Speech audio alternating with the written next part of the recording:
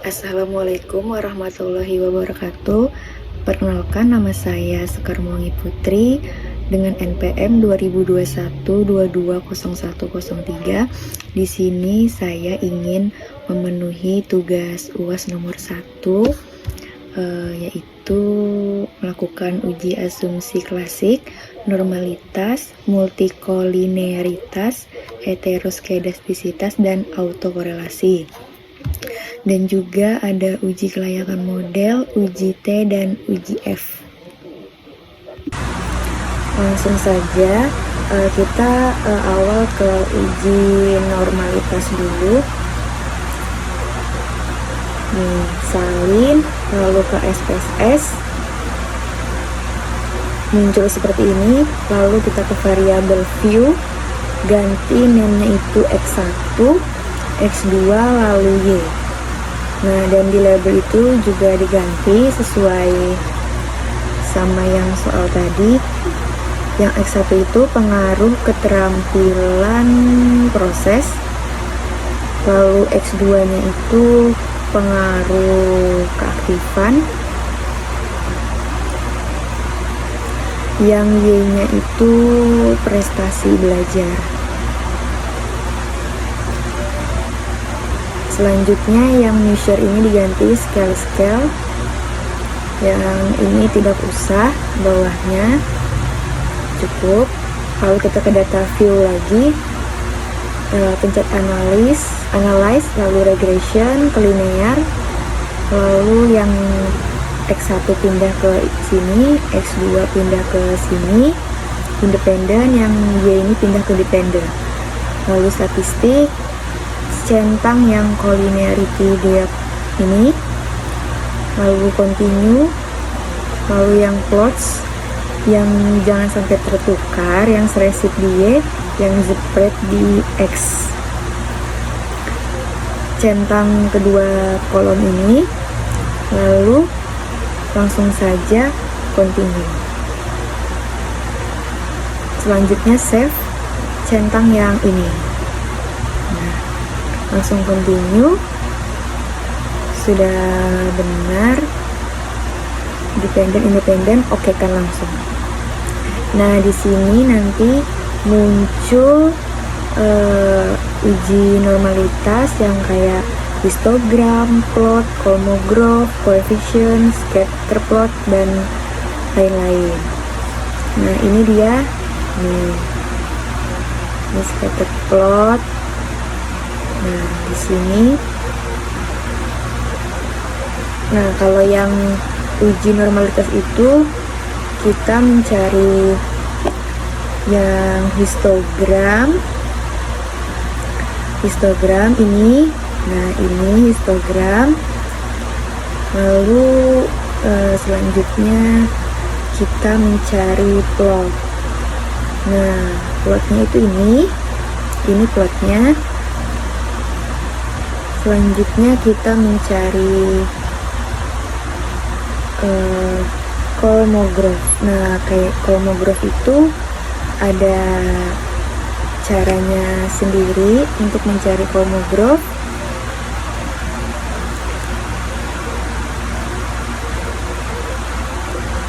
Nah, untuk mencari kolmograf kita uji lagi agar muncul kolmografnya.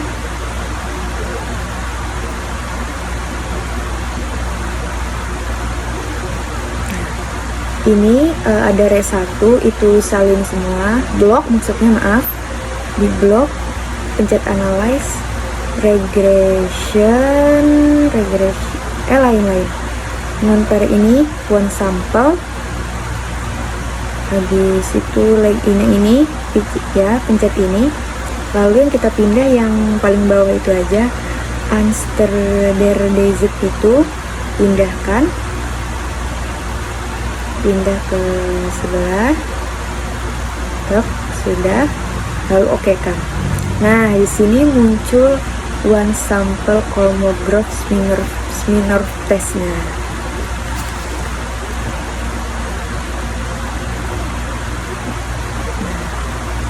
Tuh, terus kalau uji multikolinearitasnya itu pakai coefficient. Nah, ini coefficientnya.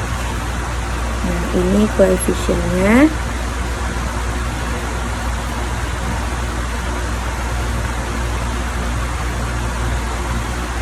Lalu selanjutnya itu kita uji heteroskedastisitas itu pakai scatter plot. Nah, ini scatter plotnya. Ini scatter plotnya. Selanjutnya ada uji autokorelasi. Ini kita uji kembali. Seperti biasa diganti X1, X2, lalu Y, dan label juga seperti yang tadi, X1 pengaruh keterampilan proses,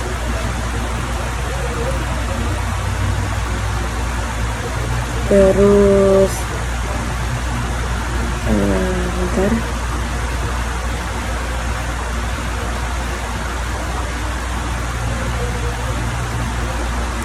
X2 nya pengaruh keaktifan,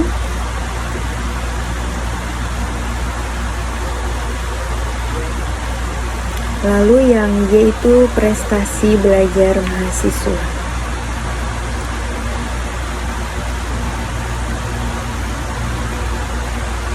Nah, terus yang ini sudah. Nah, yang desimals ini saya lihat di tutor mau diganti jadi 0 ataupun enggak itu tidak pengaruh, tapi saya ganti 0 saja sesuai yang pernah Bapak ajarkan itu diganti seperti yang saya ingat. Nah, lalu kita ke analyze, habis itu ke regression,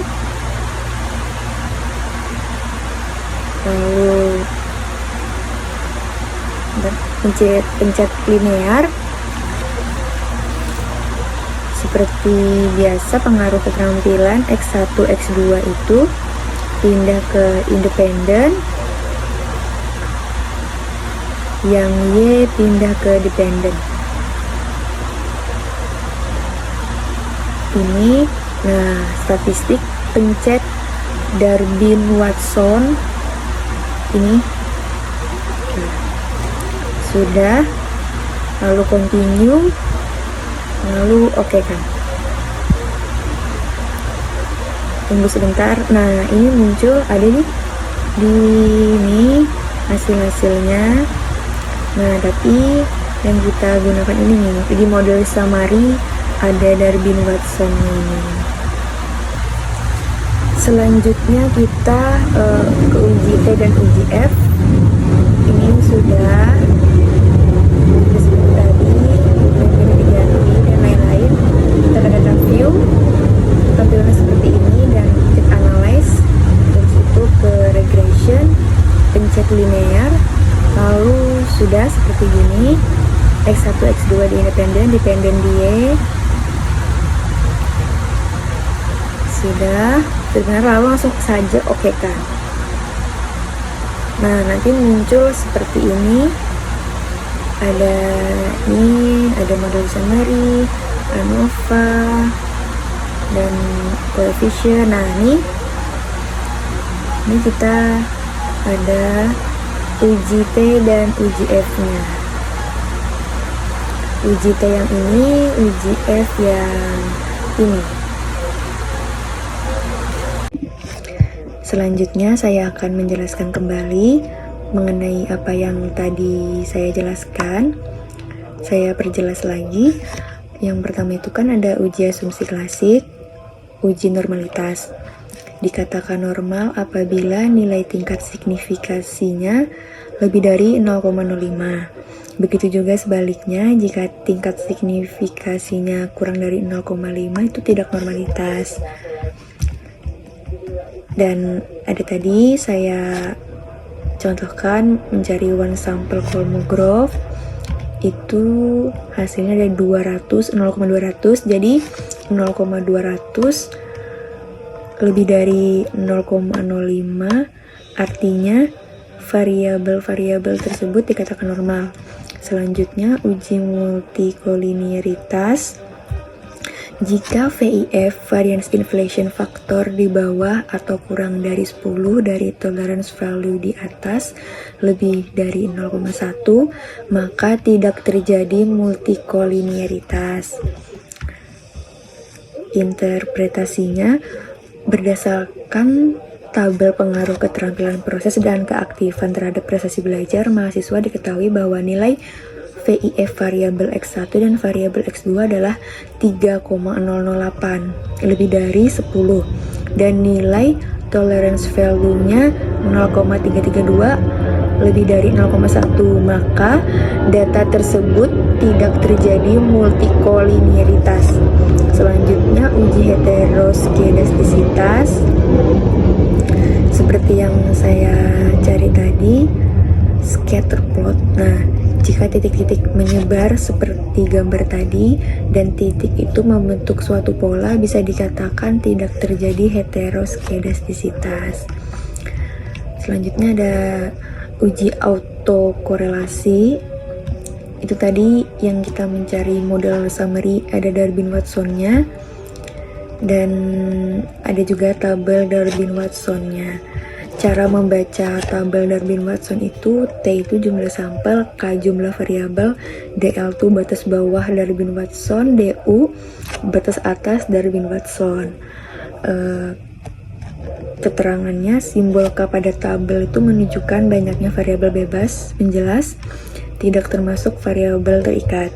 Jika simbol N pada tabel itu menunjukkan banyaknya observasi. Lalu ini kesimpulannya, terdapat autokorelasi di dalam data ini.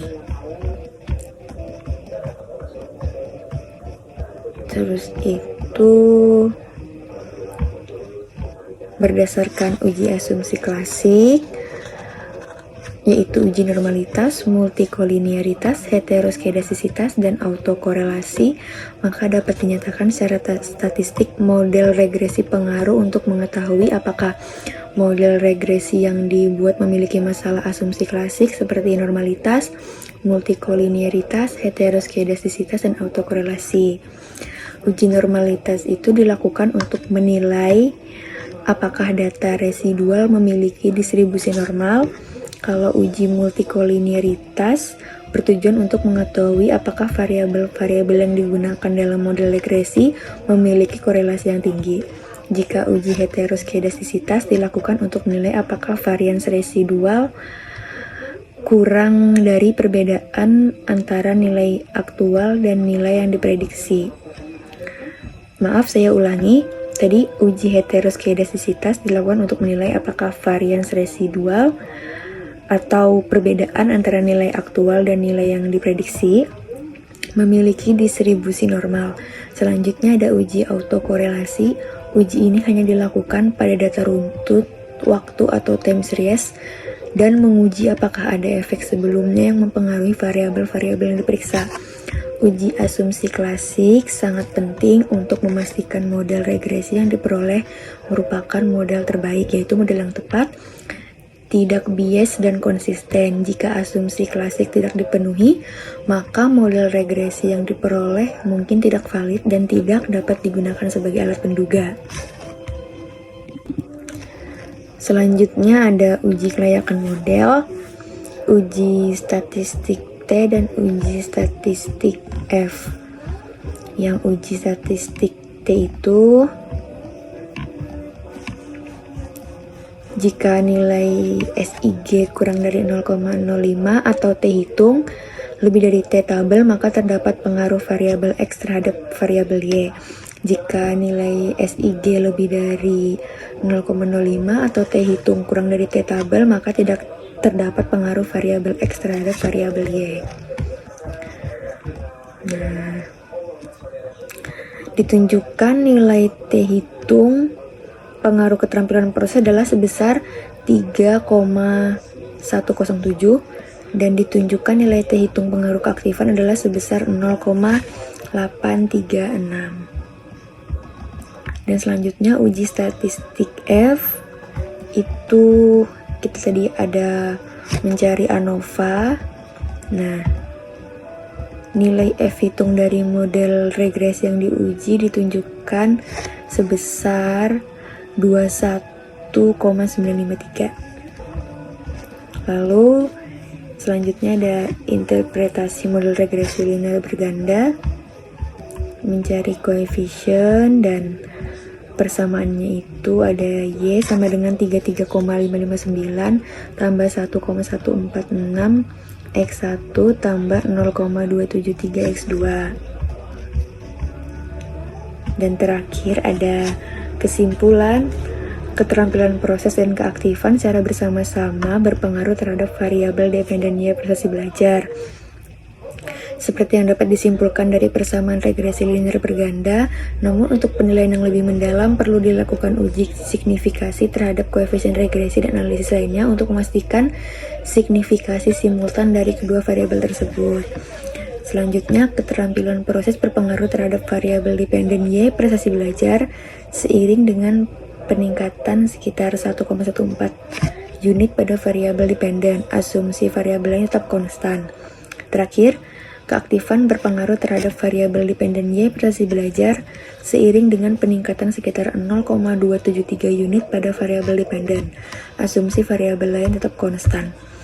Penting untuk diingat bahwa kesimpulan ini didasarkan pada hasil regresi dan harus diperkuat dengan uji signifikasi, serta mempertimbangkan asumsi-asumsi model regresi dan menginterpretasikan output. Sekian penjelasan dari video saya ini. Mohon maaf yang sebesar-besarnya Bapak jika ada salah kata atau penjelasan saya yang kurang jelas atau salah. Mohon maaf, saya akhiri. Wassalamualaikum warahmatullahi wabarakatuh.